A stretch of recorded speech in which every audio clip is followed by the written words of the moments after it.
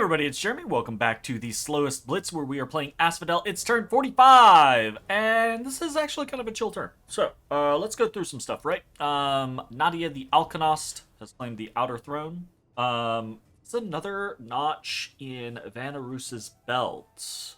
We should take a look at the situation with the thrones before we end this turn, so that we can actually kind of, like, give a little bit of an update of where that is. There hasn't been much, like...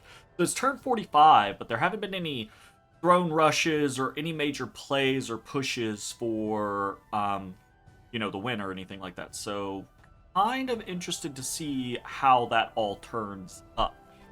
We've done a Gnome Lore. We did 5. We did 2 Carrion Centaurs. Centuries. Brain. And we get All Wilded. It's pretty typical. Nothing gonna be doing there. We killed 2 wolves. Cool. We are attacked in Muspel. Hey. Chill.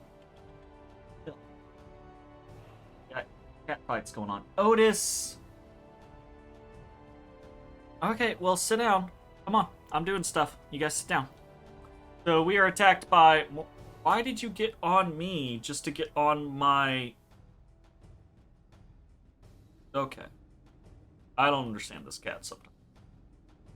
He's freaking me out. Another Remnant Call of the Wild hits us in Muspel. We attack in Icton. I say attack. Counter raid in Icton. Nothing going on there. Easy peasy. We attack the barbarians in Forest of Pine. There's a lot of barbs. We don't have really, like, archery or anything like that. Ooh.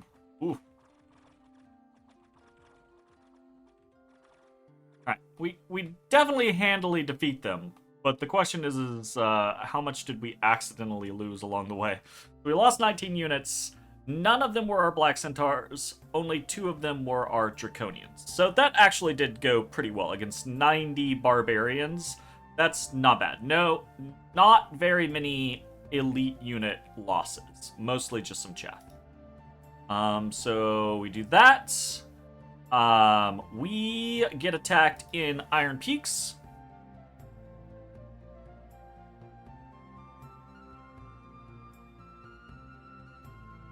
By some actual Knights of Man rather than Knights of Avalon.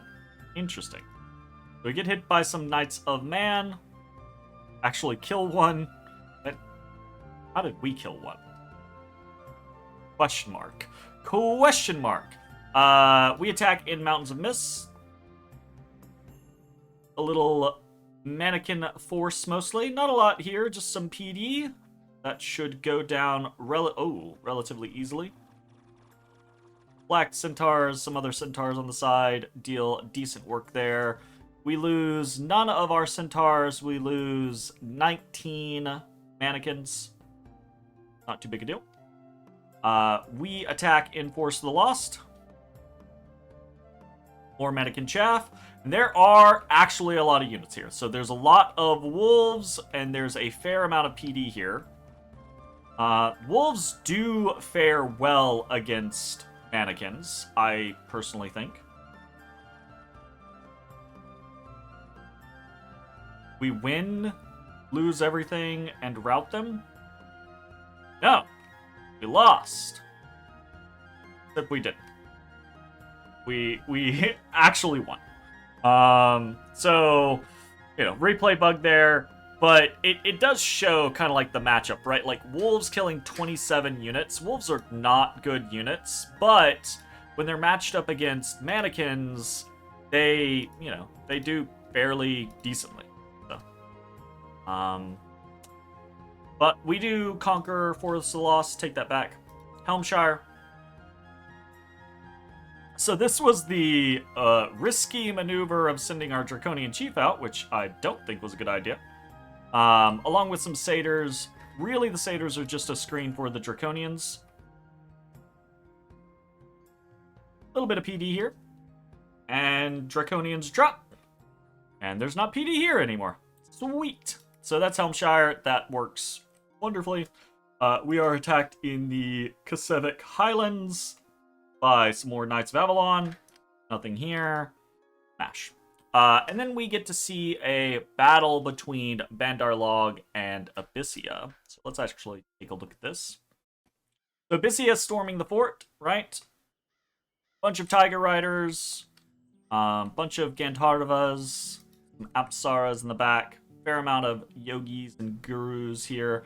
And there's not a crazy amount of Abyssians here, but it's not nothing. There's a number of mages here, some Hellspawn, some Summer Lions, right? Not enough, I think, to deal with the Bandar forces, though. What kind of stuff are we seeing? Bunch of body ethereals, like a bunch of like Lux and things like that over here. Oh, these are just streaming out. Can they even hold? Well, they can't. They could. They did, I'm assuming. More falling fires. Like you popped your own units there. Eesh.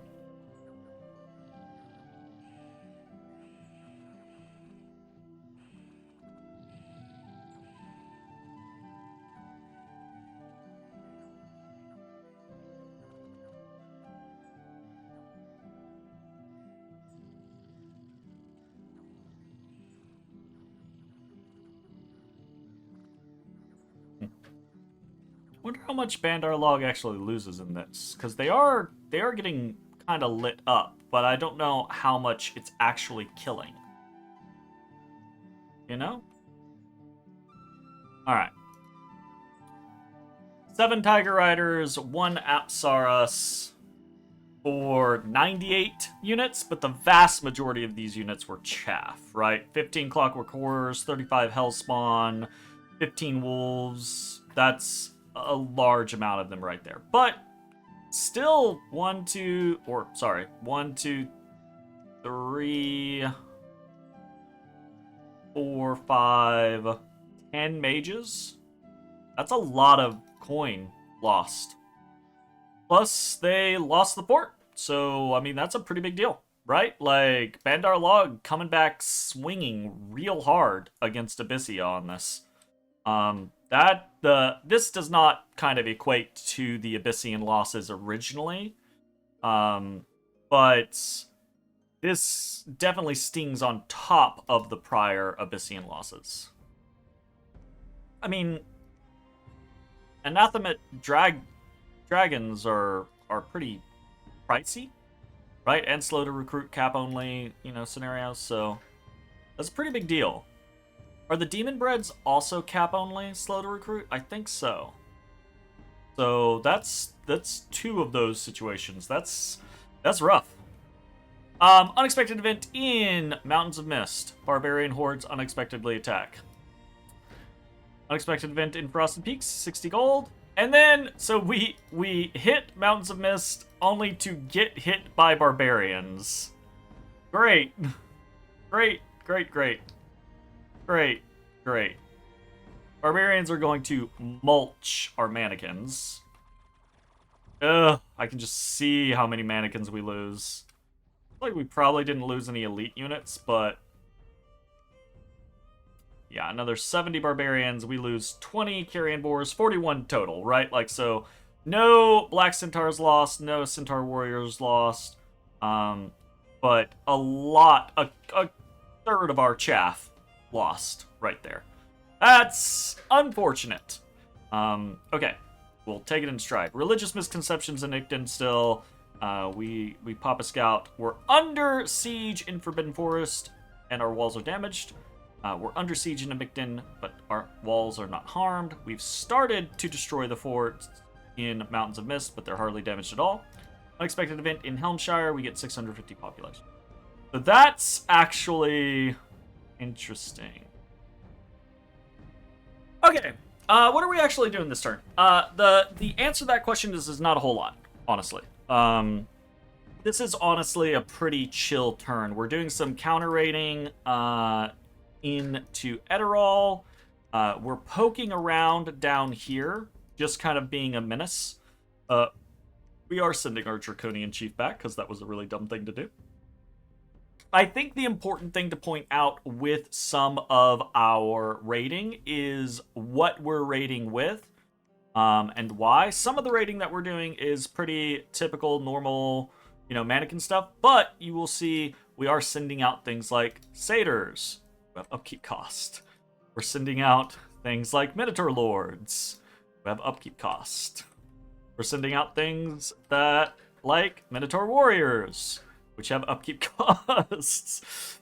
Basically, and now we're not sending out absolutely everything that has an upkeep cost, but we are sending out a lot of miscellaneous forces that we're not really doing anything with right now that do have upkeep costs. And part of that is just to deal with our upkeep in general. And the other scenario is poking around down here again, trying to keep man interested until Vanarus comes in. Is the general idea. So we still have time in Forbidden Forest. Still at 192, not harmed in Emictin. We're going to be counter raiding down into Sevic and into Wick. Right, basically just trying to keep our options open so that we can try to hit Emictin decently well. We are also pulling off of Mountains of Mist. We can't see where Agartha's army is. I don't think that they are in Mountains of Mist, but it's possible. We're pulling off of Mountains of Mist.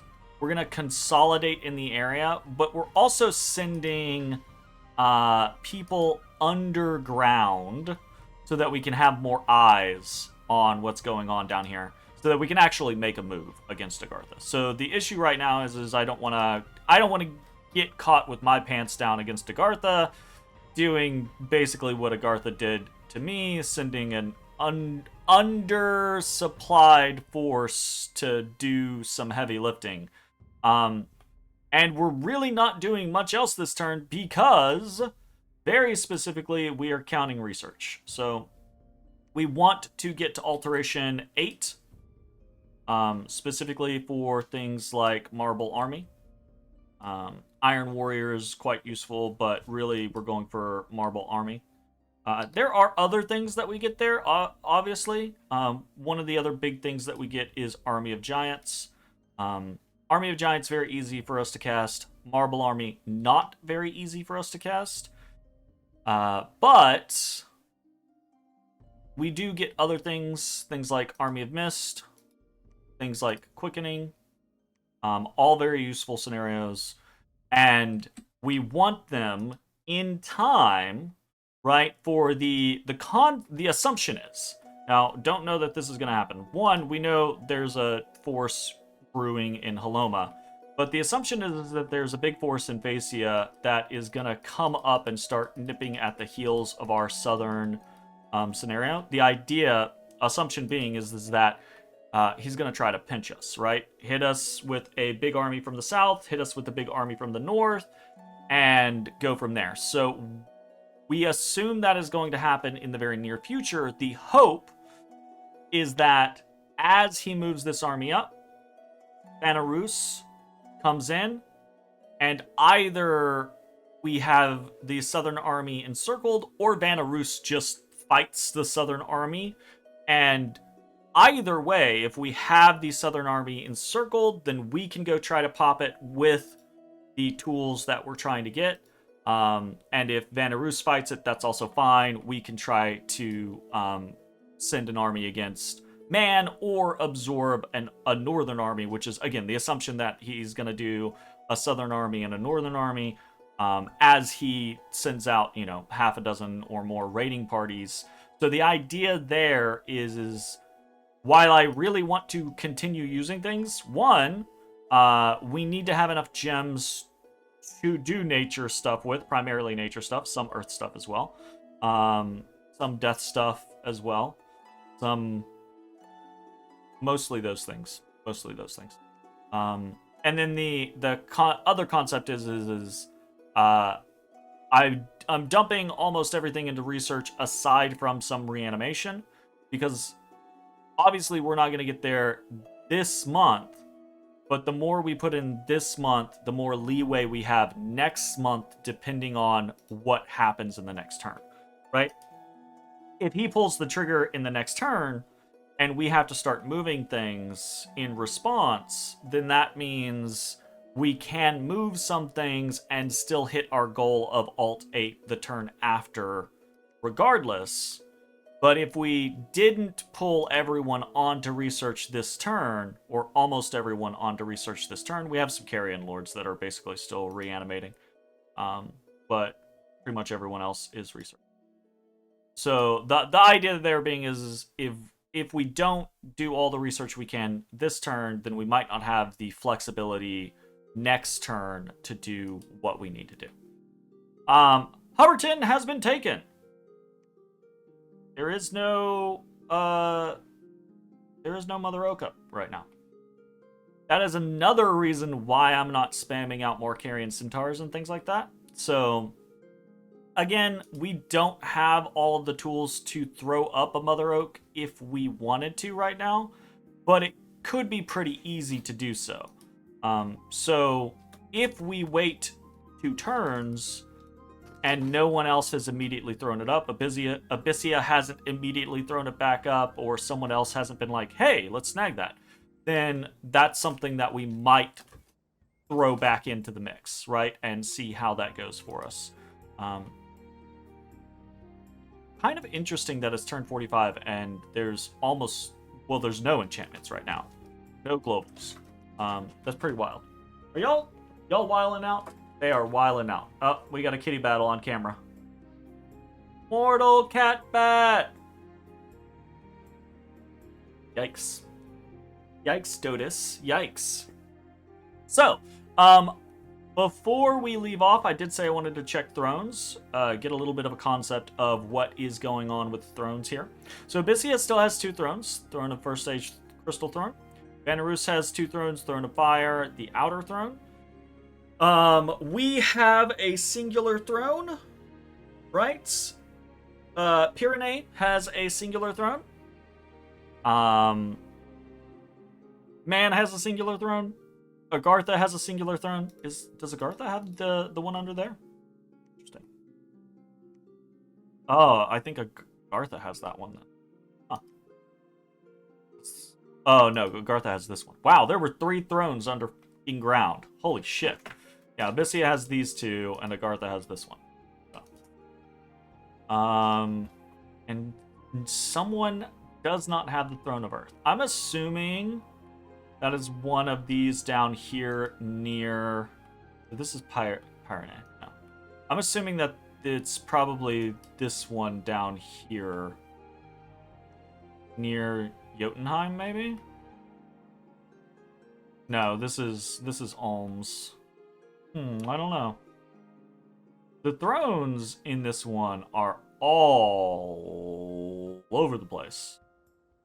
Like, vast section here that has, like, no thrones. Interesting. So... It's really still Ulm that kind of, like, exists as Kingmaker, holding on to these 3 thrones. And really, right now, that means Pyrene is kind of in the most advantageous position because they have won their war with Jotunheim and they are bordering Ulm. But need 13 ascension points. So with the with the one that they have, I'm suspicious. I think that this is in their territory. I think they just haven't claimed it maybe yet. Because they should have access to... Right? I mean, this is Pyrene right here. Maybe Naba has that?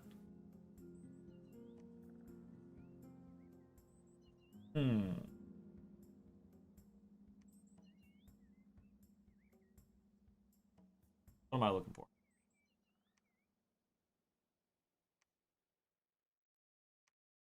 The boss. Oh, it's that one. Right. Trying to remember flags over here. The Nabad doesn't actually have a throne. Interesting. Yeah, I feel like that Throne of Earth has to be in Pyrenee's kind of like sphere of influence. So Pyrene is in this kind of scenario where they are, you know, if they attacked Ulm and devoured their 3 thrones, because it's 13 ascension points, they would still only be at 10, right? So the throne situation with this game is actually really, really interesting. Needing 7 thrones to win is pretty interesting. So, that is basically the situation. Pretty much a lot of holding pattern. I will say, I wanted to point this out. Now that we have 5 Carrion Centaurs here. We have 3 more Carrion Centaurs here. We have a Carrion Centaur here. We have a Carrion Centaur here. And we have several Carrion Lords as well. We are starting to actually generate a lot of mannequins every single turn. Just off of the Carrion Centaurs that we have right now. So that's 5, 8, 9, 10. That's 30 mannequins every turn. And I think we have... These guys do 6. I think we have 5. So I think we have 5 Carrion Lords doing this now, right? It's 3. Maybe we only have 4. Yeah, it looks like we only have 4 Carrion Lords. So they're doing another 24 per turn. So this is really, again, we've talked about this at length. This is what I should have been doing 20 turns ago.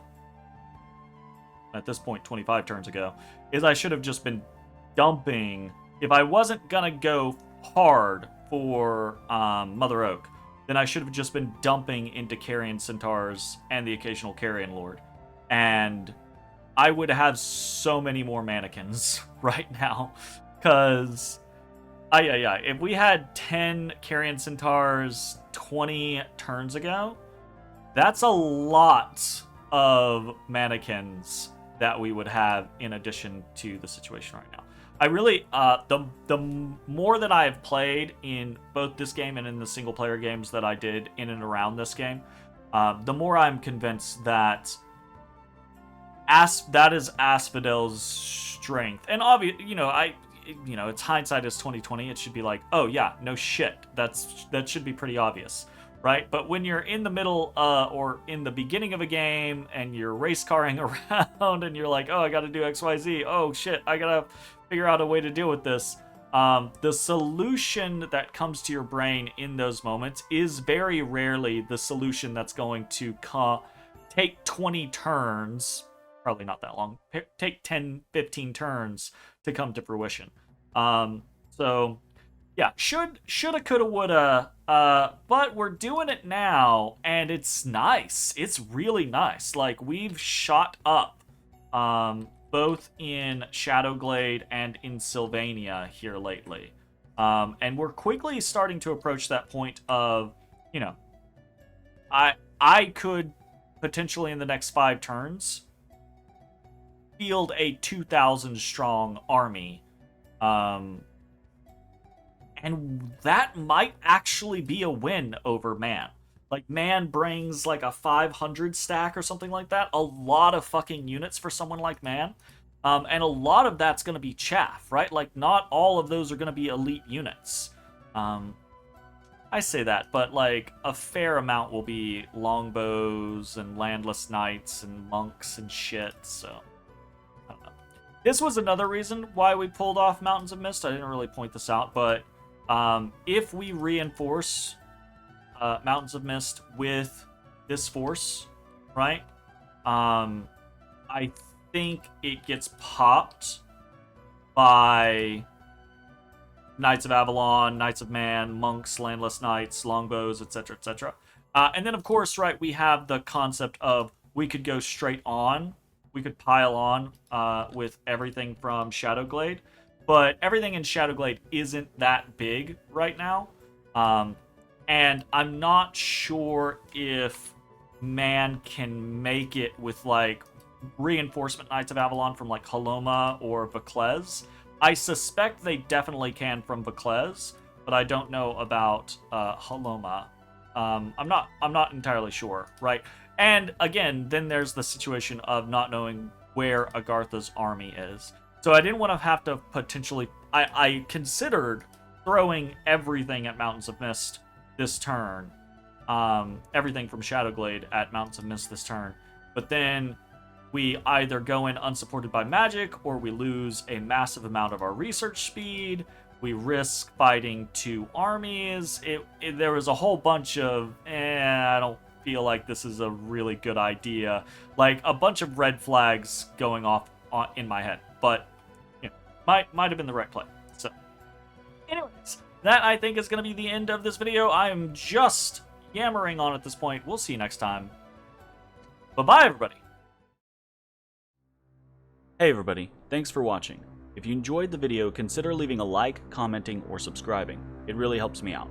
If you'd like to see me live, head over to my Twitch at twitch.tv/thedistanthorizon.